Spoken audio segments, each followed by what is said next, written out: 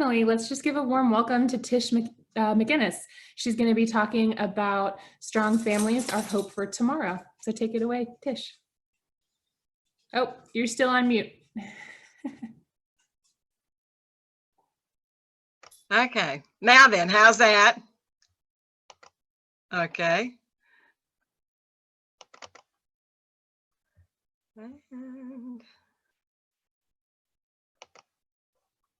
Okay, so welcome everybody for joining today. I was so excited to be able to come and share and especially talk to you about strengthening families and a lot about just the work that we do with parent engagement and parent involvement here in Alabama. Let me just kind of give you a little bit of a background about me right quick. You probably have read my bio. And you see that I work for a nonprofit in Alabama based in Montgomery. And right now, like everybody else, we are trying to adjust to being at home with this COVID-19 and getting through that. And what better of a title, who would have known that we would have had that our families are the hope for tomorrow in dealing with this crazy virus that we're going through. So I hope that I bring to you some things that you can do with your own family and families that you work with in hopes that we can make our families strong and stronger. So I'm going to just begin and we will waddle through this. I much rather would be in a room with you face to face and sitting at tables and doing activities, but I have given you some things that I think that you can take away from this, and you will have my contact information. So anything that I mention and forget to show on a slide, please feel free to contact me, and I will share with you everything that we've got. So here we go. Strengthening families is a strength-based approach, and it's important for us to realize that. I think those last three words of strength-based approach are so very important, and as you go through this slide, you will see that it says that it builds on family strengths, and some of the other things that it does is that it builds on and can be integrated into existing programs, and we're going to talk about that a little bit more, strategies, systems, and communities.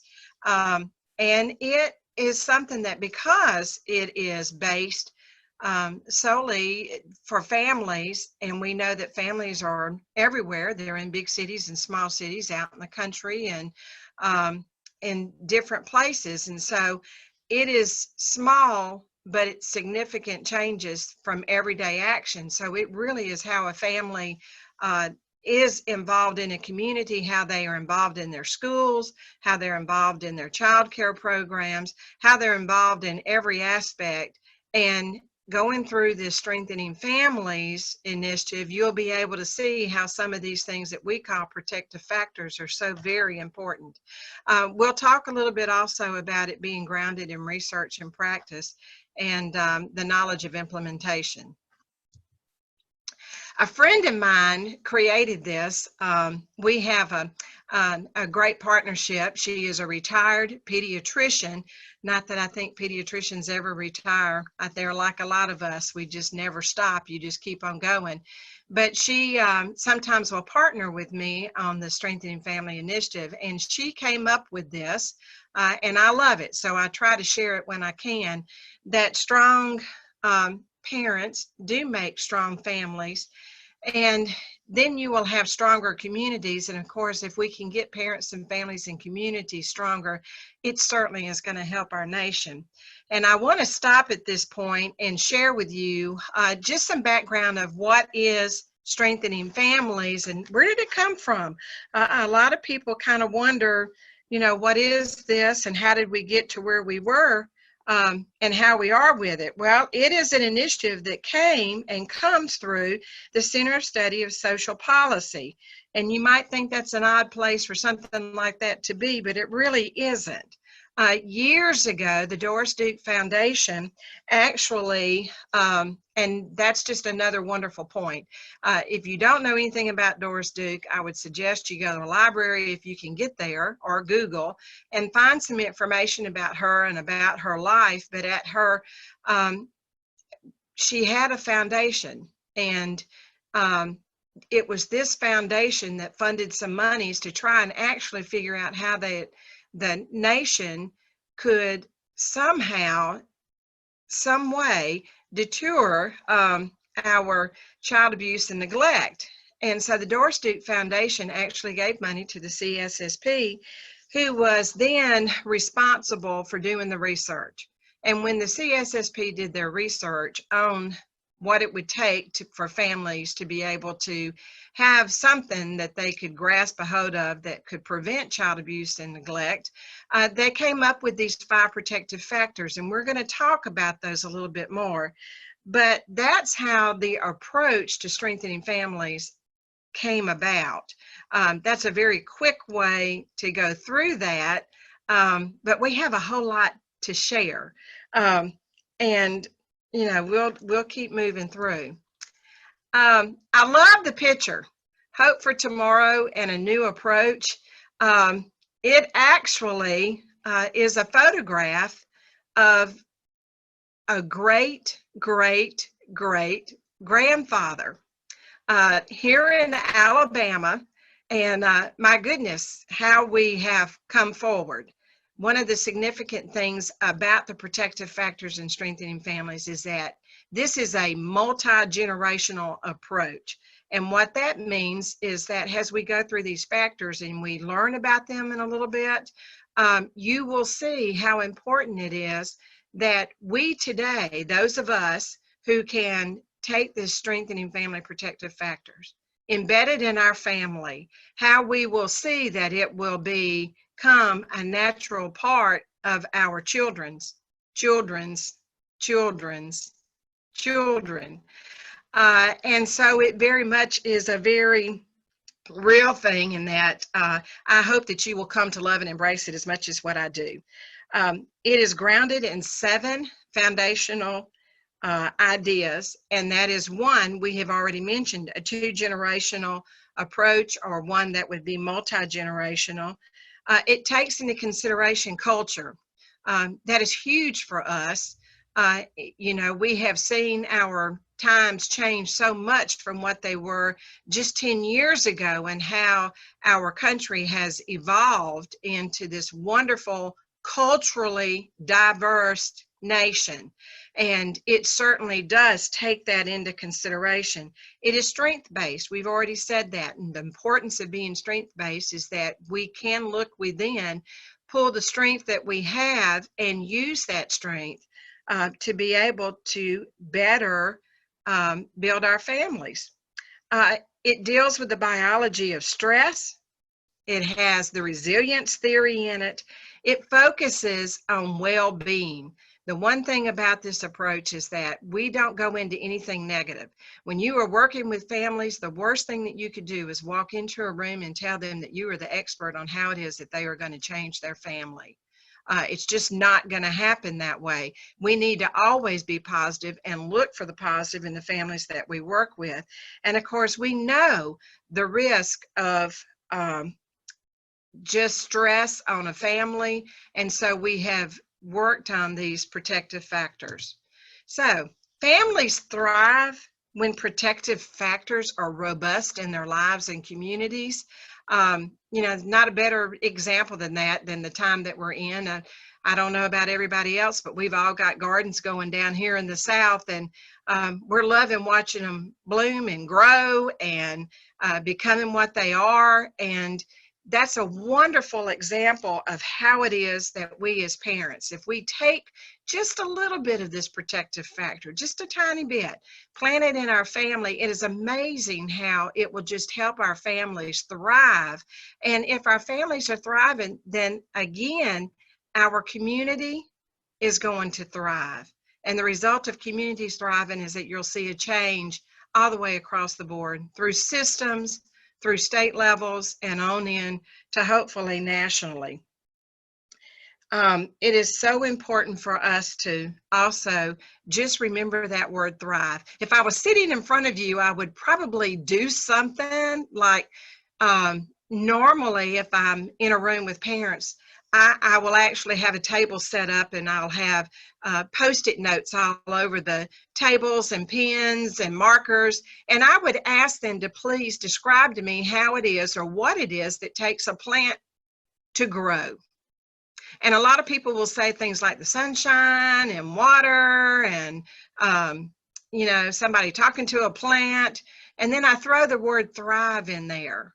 And thrive takes us to a whole nother level. And that's the time that somebody's going to say, well, I would make sure that it was in the correct pot. And whenever it got to a point that it needed to be repotted, I'd put it in a bigger pot, or I would go out and buy the best soil that I could possibly buy to put in it. And it's that way with our families. We have to get to where we're just not getting by, but we want our families to thrive. Such an important piece. And I'm going to introduce you now to those protective factors. I eat, sleep, drink, breathe protective factors. I think they are so important. And I think for all of us who are on this, in this session, that we need to realize that I'm really not going to give you anything brand new. What I'm going to do is make you think about the factors that you already have established in your family and within yourself. And I want to start with parental resilience. I love the image of the Wizard of Oz and looking at the great lion here with his piece of courage that he's getting his big award for. I don't have to go through that story with you, but I did give you a quote in your notes that I love. I learned that courage was not the absence of fear, but the triumph over it. The brave man is not he who does not feel afraid, but he is the one that conquers fear. And that's from Nelson Mandela. And as we go through this, and I try to give you some ideas whenever you have a chance to look at the notes on the slides, another thing that I would do with parents, and I've tried to include this in the PowerPoint so that you will be able to have it and can use it and can look back over it and give you some simple things that you can guide parents through. But one of the things is that I would ask parents, very simply a couple of questions, and these are a few of the questions. What happened in your life that caused you to stop hoping? And where did you believe that your sources of hope or your lack of hope came from? And how have your hopes changed you? And how has hope or a lack of hope affected decisions that you've made? And what needs to happen before you have more hope in your life? Parental resilience, in a very easy definition, is bouncing back. And we learn how to be resilient from our parents or from our caregiver, the person that kind of raised us.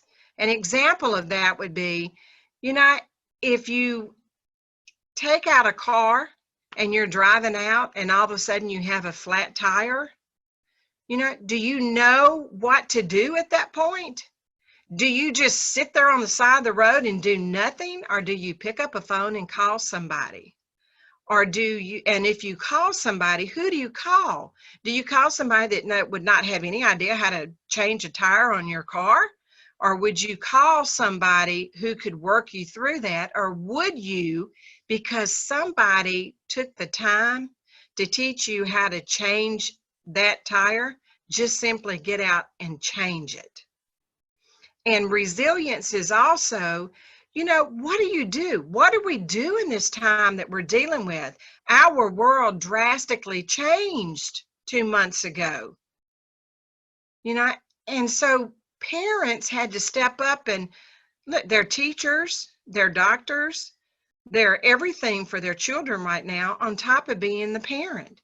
And we as employees have had to rework how we were going to do work. We learned that we could survive because we survived something from the past. And that's what resilience is. It is learning how to deal with the future over what we have dealt with in the past. It's having the courage to move forward regardless of anything that gets thrown into our path. The knowledge of parenting and child development is the second one. And again, you know, I took another photo from Wizard of Oz and gave you the Scarecrow, who, of course, we know was after a brain. And so that knowledge of parenting and child development is going to deal with, you know, the terminology that's there of thinkology. And it is simply a very easy development term of knowing that knowledge of parenting and child development, you can take it and split it almost into two. But it's one, because in order for us to know how to parent, we have to have some sort of idea of child development. And to know some sort of idea of child development helps us to parent better and to want to learn more about this child development and what it takes to parent. Where I used to say that I thought parental resilience was probably the number one protective factor, if I had to say which one was one, I'm going to have to rethink that, and somehow it might be right now the knowledge of parenting and child development. Just please remember that you don't go into a situation in working with a parent and telling them that you have more knowledge of parenting than what they do. It is so important to realize that you need to walk aside a parent and help that parent to know the things that they need to know for their family and their children. And the piece of child development is simply that. We have to know a little bit about child development to parent. You know, no child comes home from the hospital with a book that says this is what you've got to do on page 1 through page 50. This isn't the way that it is. We have to be able to know what that child's development is like.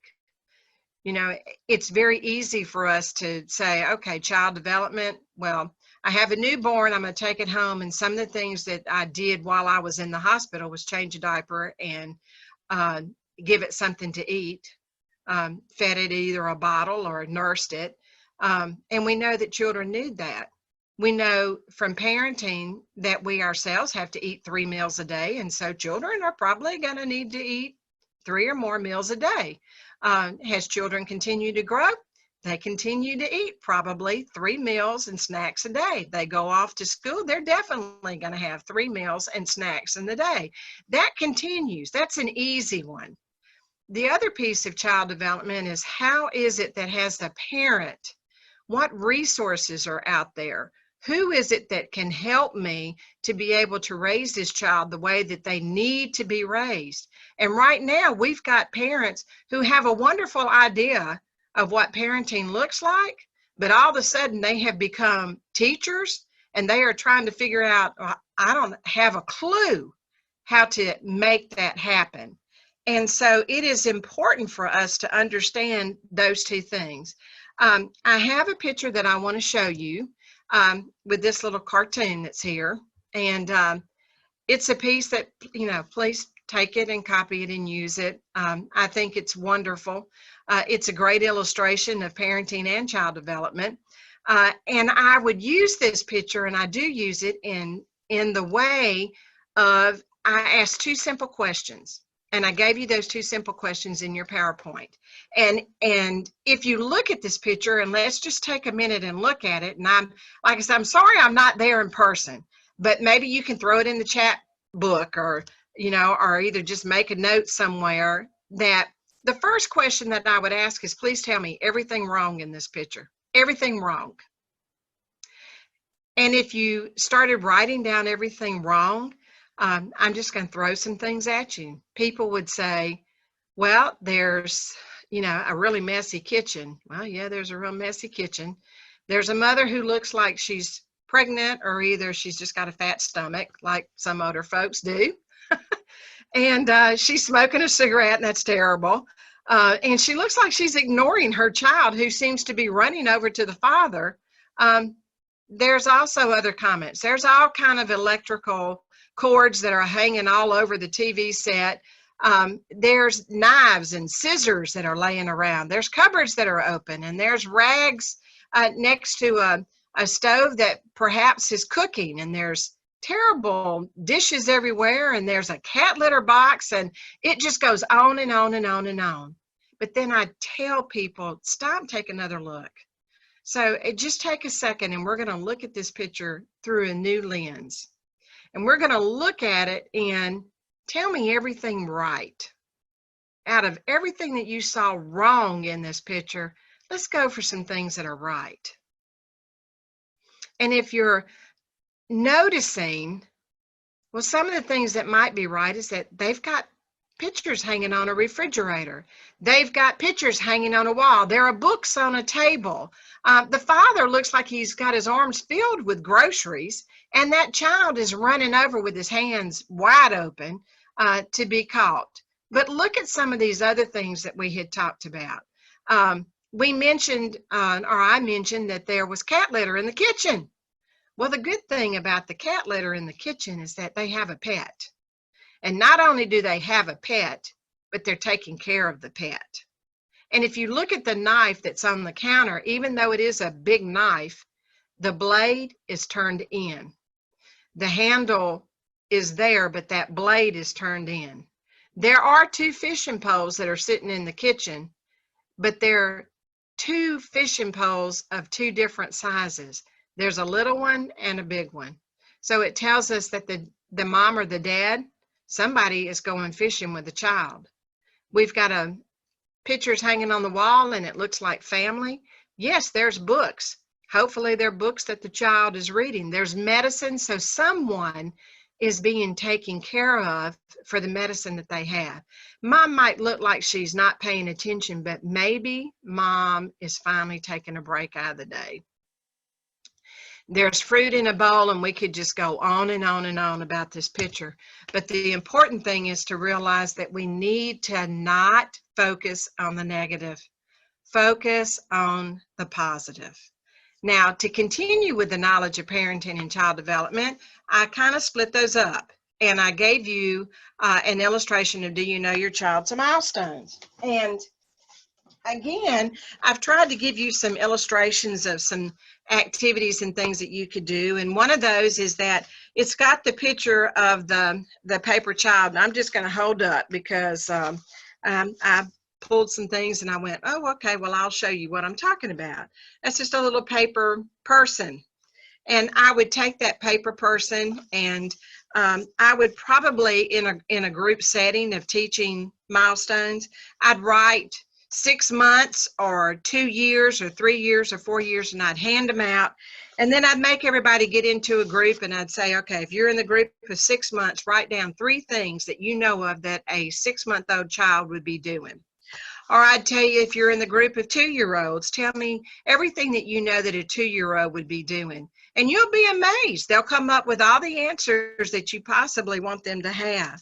Some of the other things is that I hand out resources. CDC has a wonderful brochure on milestones, and it's all free. It's the greatest thing ever. You can go to CDC and put in developmental milestones, and you'll be amazed at the information that you can get, all free, that can be sent to you to your home on that. But that's another real quick little activity. All right, I am going to try and share with you a video. You're going to have to bear with me because I've got to remember how I was told to do. Thank you, Jessica, for helping me on that one. It's like, I'm going to get over there and do.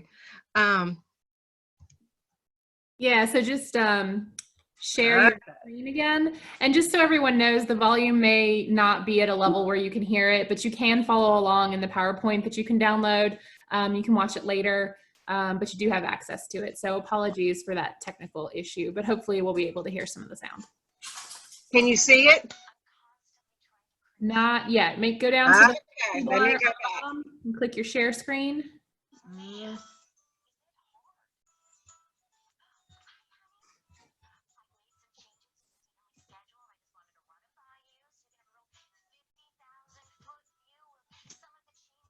All right, let me bow out of that one.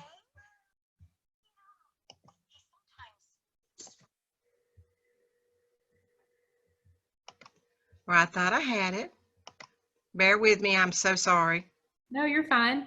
So when you click the share screen button, there's usually an option to share all or share a specific. There we go. Okay.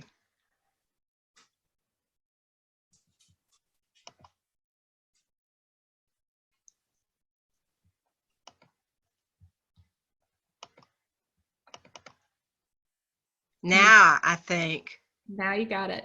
Okay. I apologize, everybody. We did a run through and I thought that I had it. So, okay. Now then.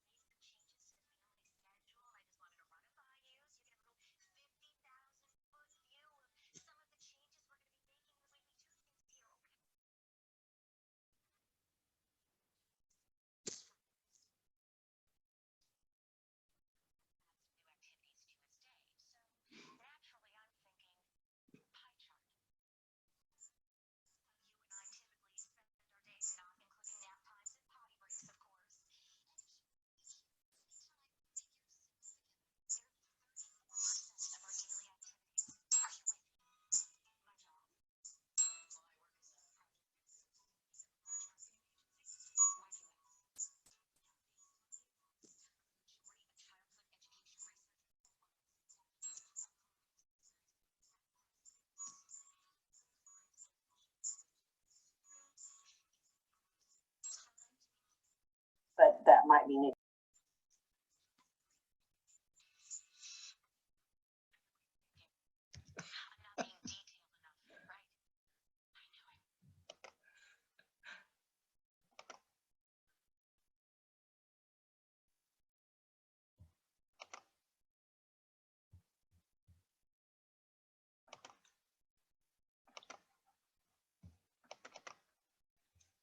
Okay. I got to get back to you.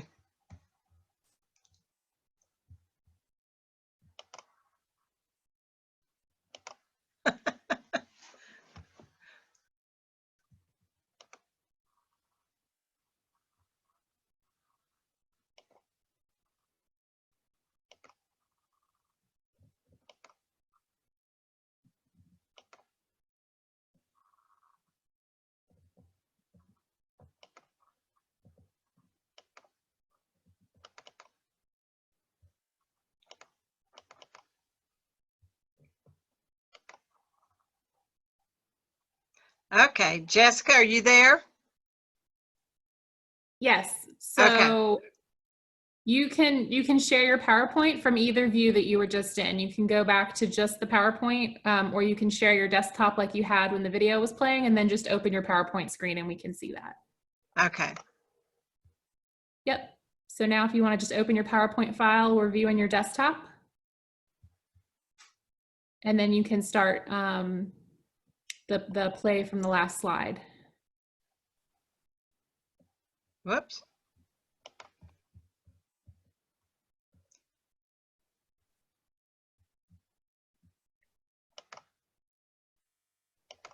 All right. I'm so sorry.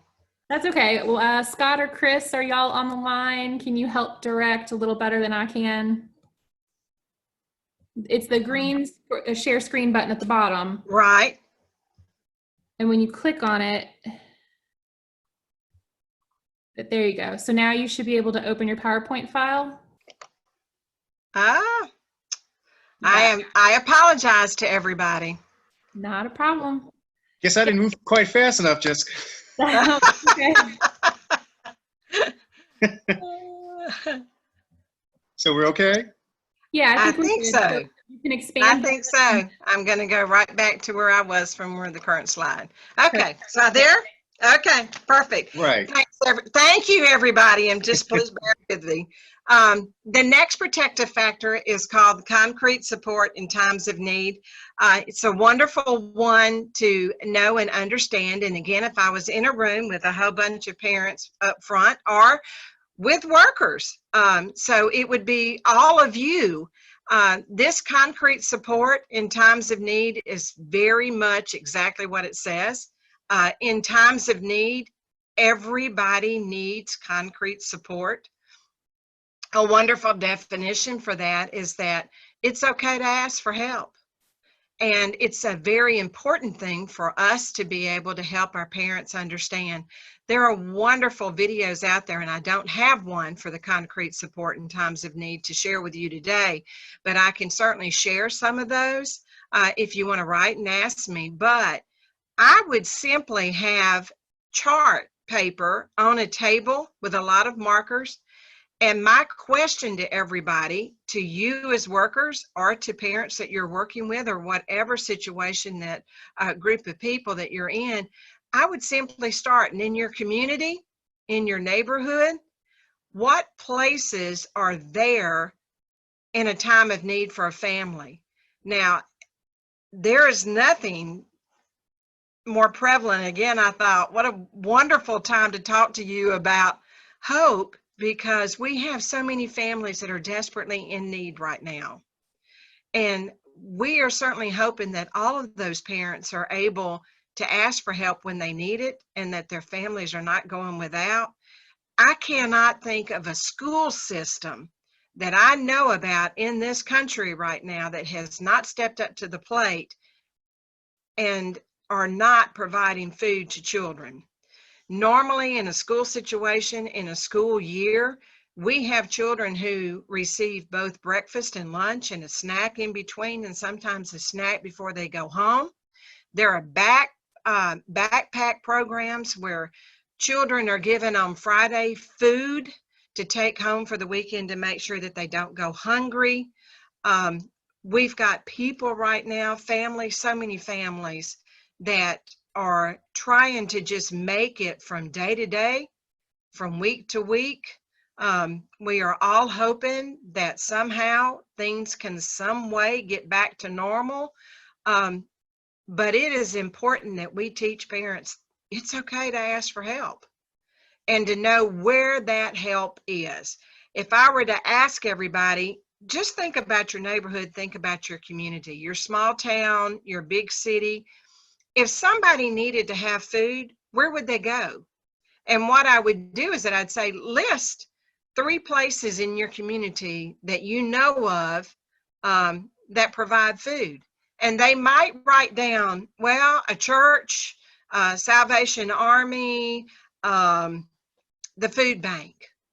Well, be a little bit more specific in what you're asking. Where is the food bank? When are they open, and who do they serve? What churches have a food bank? Where are they located? Which church is it? What are the requirements to go and ask for help? You know, it might be as simple as, utilities.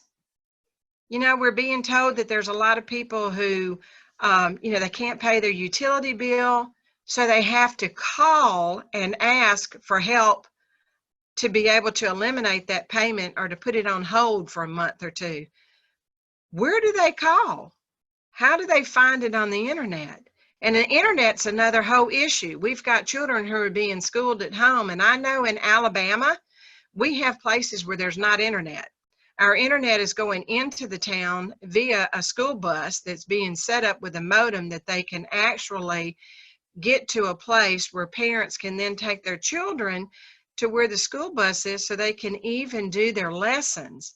But these times of need, who is the concrete support? One thing that we as workers with families need to also know, we are that concrete support. You are the support of being able to help that family get through the times of need. That's an awful lot of pressure, but what it means is that more than ever, whenever you start thinking about this particular protective factor, you're going to need a notebook and you're going to need your online connection so that you can actually start jotting down, what do I tell people that need to have help? What resources are out there? What do I know of in this town and that town and this town and that county, that part of the state specifically that you can put out to help families? The next one is social and emotional competence of children. It is the wonderful, easy definition that every child needs a good friend. And please remember that. Every child needs a good friend. There's not anything in the world that we want more for our children to be liked. You know, at school, we work for them to be the favorite in the class. We want everybody to love them like we love them, and we think that they're just precious and adorable. And it is such an important factor for kids to understand. They need to have a friend, but the most important thing is that they need to have a good friend. They need to have that good friend that's going to support them, help them to do the things that they need, to be that companion, to be that person that they can maybe even grow up with, you know. And you know, what a wonderful illustration, being at school, and my goodness, 2 children that can be friends for a lifetime. But it is so important for us to understand how important is social and emotional competence of children. If I were, again, in a group, and just to give you, I hope that you're taking notes, but here's another just illustration for children. That if you were a parent and you wanted to know who their children's friends were, you know, take the time to go home and ask them. You might be surprised to find out that you've got a child who doesn't have any friends. Or you might have one that tells you, well, everybody is, and you want them to be that way. The social and emotional competence of children is another thing that we need to look at and think about in a playground. I really think that's a true place of showing whether or not a child is socially and emotionally competent. We know that those children that are bullies are going to be mean. They're going to be the ones that whenever the ball comes to them, you know, that they're going to pick it up, and they're probably going to throw it intentionally to hurt somebody, or they're going to flatten it. You know, far different from a child that is able to scoop up that ball and realize that they need to share, you know, or that they want to share, or that they want to make sure that their friend is included. That's emotionally competent.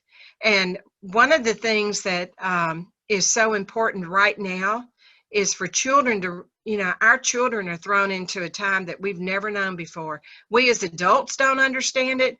Children certainly do not understand. They don't know why it is that they are not able to go to school. They know that there's some crazy sickness that's out there that if they go out, my fear is that what if we have children who have not been able to deal with this? How is it that we're going to help them in the future to deal with it? We are, you know, children are hearing and they see there's this terrible virus out there. There's this thing that's making people sick. And the worst thing ever is that you can't touch anybody. You can't, you know, these two have their hands all over each other for fun, but you can't do that right now. You can't go out and play like we played 2 months ago. How in the world are we going to help them in the future to be able to get through this? Well, the best way is that we can help the parents go, there is a way that we as a family can get through this. I have a wonderful video, and I'm going to try to show it at the end. I don't know if we'll have time, but you've got it there, and we've got permission to share it. But I have a friend that went through, and it is a project of faith, but they went through and interviewed children about the quarantine and what that meant. But we're going to move on because we've got a little bit of time, and I want to make sure that we've got time to kind of wrap things up. Social connections for a parent is a lot like that social and emotional well-being of children. It is that every parent needs to have a friend, and every parent needs a good friend. And the illustration up there is because socially connected, gosh, if we are not socially connected to our friends right now, we're in deep trouble. You see telephones, and you see all the other different ways in which we communicate through email, through Twitter, through Instagram, through the internet, through being able to share pictures. There is so much there, texting. We have got to be able to stay socially connected. Parents need a friend. and they need a friend different from a concrete support. This social connection, this social person is your best friend. You know, everybody needs a good friend, and I would simply in a group say for an activity for this is that you would ask them, list me 3 people that you would go and have your nails done with. And I know that's just crazy, but you just wouldn't go and get your fingernails done with just anybody. But for us, it's it's a time that, I take my grandchildren, I've taken my daughter, but I also have a really good friend that if we want to go hang out and get coffee, we can go hang out and get coffee. If I'm having a really bad day, I can text her. If I'm having a horrible week, we can just share that together. If there's a death in the family, they're the people that we want there with us to give comfort. That's the social connection. It's your good friend. And we all need those. All right, so what's the next step? One of the things that I would share in this is that I wanted to take a step and tell you what we are doing in Alabama. As far as our parents go in our work, I have for the past several years, and I would say 3 really intently, have been working as I go out and train individuals about these protective factors, and have really started concentrating on programs and working with families. Every preschool, every first-class pre-K classroom in the state of Alabama has a strengthening family component to it. They are teaching these protective factors, and it's making a difference. It's making a difference in the programs. It's making a difference in the community. It certainly is making a difference across the state. We have really partnered with the Alabama Department of Child Abuse and Neglect Prevention to use Strengthening Families as one of their main prevention programs. And from that, we have taken it into child care centers. We've taken it into family resource centers. We've taken it into some schools through the first class pre-K, through some faith-based. We have tried to spread it just everywhere that we can. And you will see some of the other programs that we have that are there in Alabama. And I would like to say that, it's making a difference. It's making a real difference. We are in everything just about that we do in the work that we do at the Alabama Partnership for Children. We do it connecting families. And our desire was to be able to get this strengthened family into communities, and that the result of that would give us groups of parents across the state that would become really partners with us in helping to change systems. And it's working. We probably have, and I would just say real easy, and you probably, I don't know how anybody does, but we have a group of probably 50, 60 families strong. And when I say strong, they have been through training. We've even put in some programs. We've actually, a year ago, named our network, and we are the Alabama Parent Leadership Network. And what that means for us is that we have specific training that they go through, because we want them to be the best advocate for their children and their family that they can possibly be, because it goes back to that model that if we can help parents become strong, then we build stronger communities. We're building a stronger state. And so these are just some of our pictures that I thought I would share with you and just kind of give you.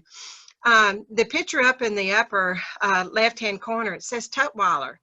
And Tutwiler is our women's prison. We have 2 of those in Alabama, 2 women prisons that we've been able to take our Strengthened Family program into. Those are some of our graduates. Something significant that we have been able to do through our project launch that we had a wonderful grant, is that for 2 years we have gone in and have provided what we call our family summit. And this is a picture of our last year's summit that we had, and some of the families involved. And the several different systems across the state actually funded this event. And what you're looking at is a picture of parents and their children, because at our family summit, we don't ask just a parent to come, we bring a family. You have to be present in the sessions, and we had a Friday night dinner for everybody, had a keynote speaker that kicked off our day. We woke up on Saturday morning, everybody had breakfast together, and then we broke out. Our children went into a separate program, and then we had adults and parents in another session. We had breaks and we had lunch, and then we sent everybody home with baskets of snacks for the ride home, without any cost to the parent. One thing that we try very hard to do is realize that we just you can't ask them to fund things themselves. That's kind of tough. We gave them a night in the hotel. You know, it was wonderful. They are begging for it again, and COVID-19 has made us have to postpone what we're doing for 2020, but we're going to get it done one way or the other. These are two of the parents that we try very hard to just get together. You know, you talk about a concrete support and a social connection. I love these ladies, and I can text them, ask them for anything or any help, and they are always there, ready and willing to be able to be a part of things. We are not only in the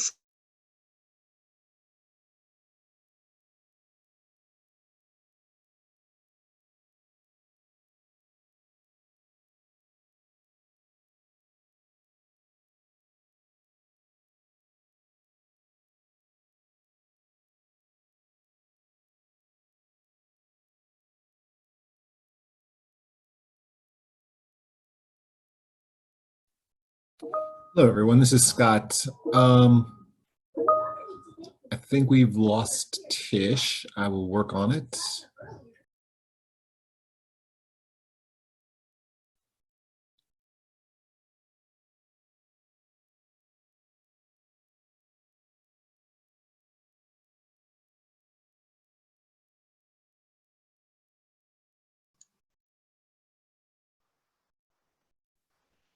Hey, Scott, is there anything I can do to help?